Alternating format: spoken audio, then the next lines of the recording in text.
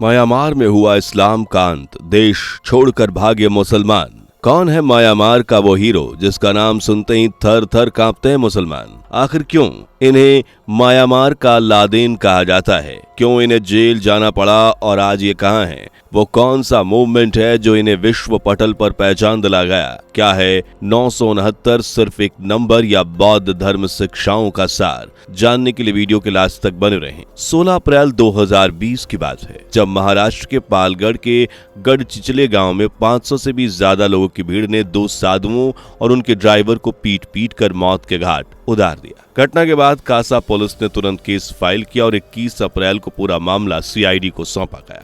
इस घटना के बाद देश भर में साधुओं की सुरक्षा को लेकर कई ट्वीट हुए, कमेंट्स हुए। इन्हीं में से एक ट्वीट था, संतो हमें विराथू दो। जी हाँ, एक ऐसा संत, एक ऐसा साधु, एक ऐसा विराथू जिसका नाम ही काफी है कट्टरपंथियों की रातों की नींद उड़ाने के लिए, जिन्होंने बौद्ध का लादेन भी अपना नाम पाया है। विराथू असल में म्यांमार से ताल्लुक रखते हैं। वही म्यांमार जो साउथ एशिया में स्थित है, जिसे 1989 तक वर्मा के नाम से जाना जाता था, जबकि ब्रह्मा का ब्रह्मदेश इसके अन्य नाम हैं। वर्मा दुनिया का 40वां सबसे बड़ा देश है, जिसे आधिकारिक तौर पर the Republic of the union of Myanmar कहा जाता है।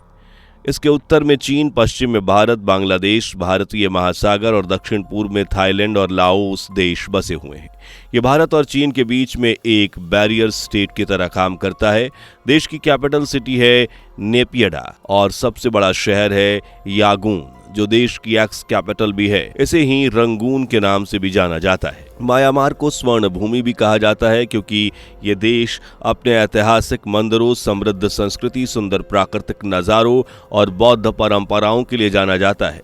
असल में म्यांमार एक बौद्ध बहुसंख्यक देश है, जहां अहिंसा का पाठ पढ़ाने वाले गौतम बुद्ध के फॉलोअर्स कोने कोने में फैले हुए हैं। 6,76,758 वर्ग किलोमीटर के क्षेत्रफल में फैले इस देश में 5,48,50,000 से ज्यादा लोग रहते हैं, जिनमें से 87.9% बौद्धिस्ट हैं। और इस तरह बौद्ध देश का पहला और सबसे बड़ा धर्म है, जबकि 6.2% ईसाई, 4.3% यहाँ मुस्लिम भी रहते हैं। और यूरोप की तरह म्यांमार पर भी मुस्लिम अपना हक न जमा कर बैठे, इस बात का पूरा ध्यान रखते हैं विराथू।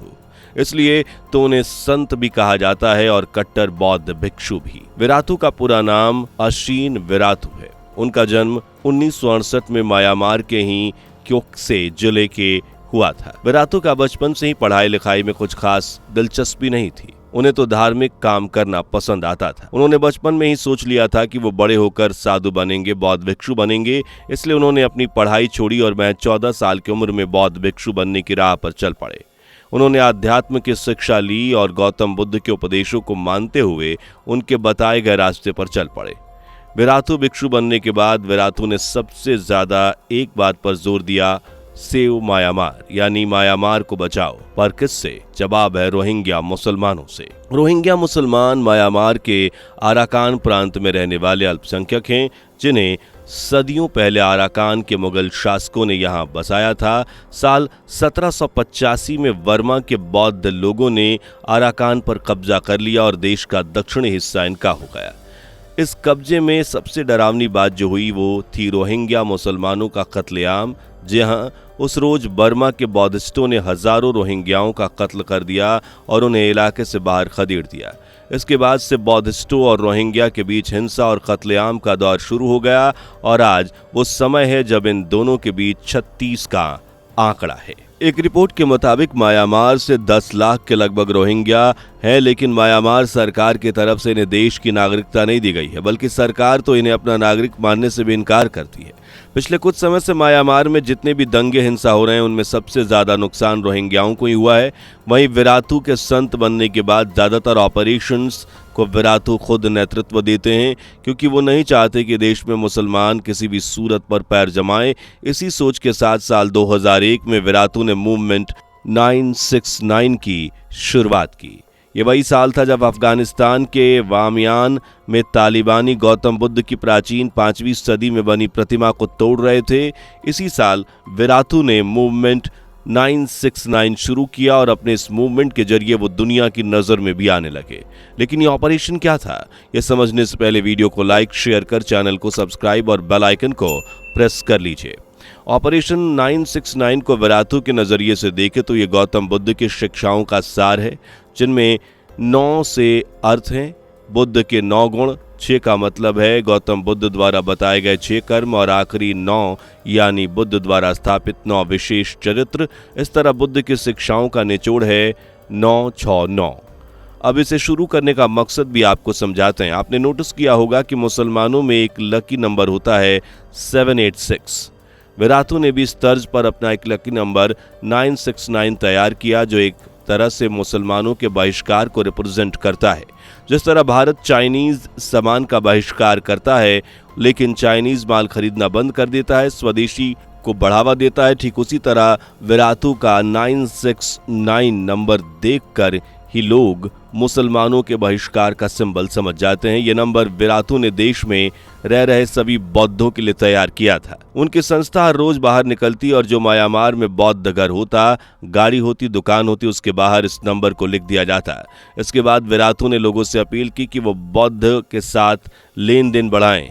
कोई सामान चाहिए तो 969 नंबर देख कर ही ले, क्योंकि ये सबूत है कि आप एक बौद्धिस्ट से सामान ले रहे हैं।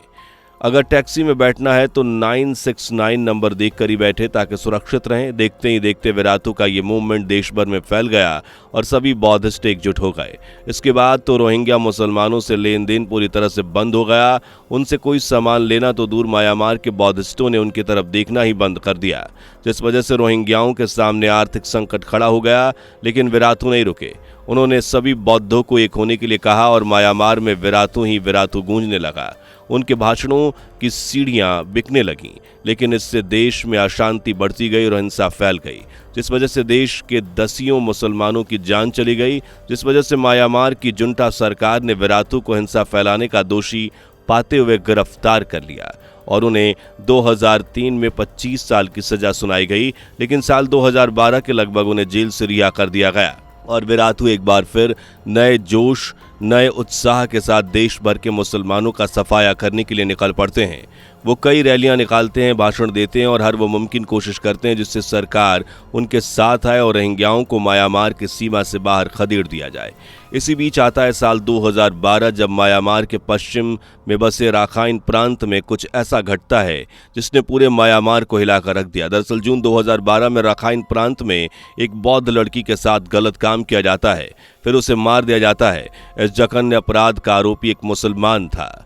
यह खबर जैसे ही लोगों के कानों में पहुंची, म्यांमार में दंगे भड़कने शुरू हो जाते हैं। एक बार फिर मुसलमानों के खिलाफ लोग एकजुट होते हैं और उन्हें खदेड़ने की तमाम कोशिश करते हैं। पूरा देश हिंसा का अड्डा बन जाता है। वहीं विराथू भी इस बीच भाषण देकर लोगों को मुसलमानों के खिलाफ कर रहे थे, इसलिए कई लोगों ने उनके खिलाफ नेगेटिव कमेंट्स किए, उन्हें देश विरोधी, मुसलमान विरोधी और यहाँ तक कि म्यांमार का लादेन तक कहा। लेकिन विराथू फिर भी नहीं रुके। वहीं इस दरमियान म्यांमार के राष्ट्रपति थीन सेन भी एक ऐसी योजना लेकर आए थे जिसने सभी देशों को उनके खिलाफ सोचने पर मजबूर कर दिया। दरअसल थीन सेन भी विराथू की तरह रोहिंग्याओं को देश से बाहर करना चाहते थे।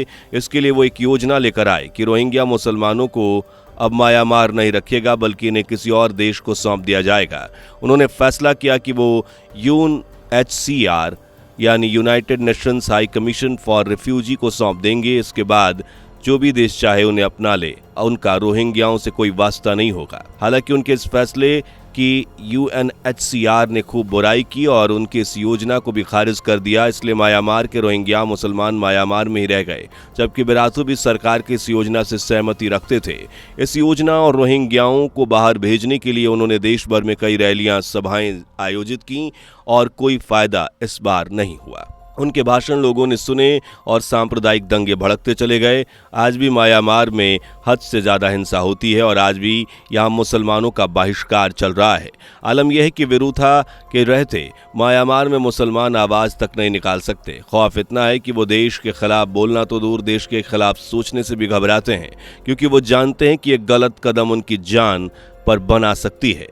वैसे दोस्तों, रोहिंग्या मुसलमानों की मायामार में नहीं बल्कि जहां जहां वो बसे हैं उस जगह पर हालत खराब है। बांग्लादेश और पाकिस्तान के बॉर्डर पर सबसे ज्यादा रोहिंग्या मुसलमान हैं और यहां भी सरकार आम लोगों के द्वारा इन्हें समय समय पर निशाना बनाया जाता है, कभी हथियारों के बल पर तो कभी बहिष्कार करके। रोहिंग्या मुसलमानों का आज के समय में कोई भी अपना देश नहीं है, ये हर जगह अवैध अप्रवासी ही हैं। इसलिए समय समय पर रोहिंग्या द्वारा अपने हक की मांग की जाती है, पर अफसोस कि आज भी वो उसी दर्द में है जिस दर्द में सालों पहले से थे। खैर, आप रोहिंग्या मुसलमानों के बारे में अगर और जानना चाहते हैं तो कमेंट में बताएं। फिलहाल विराथू के बारे में आपकी राय क्या है, हमें जरूर बताएं।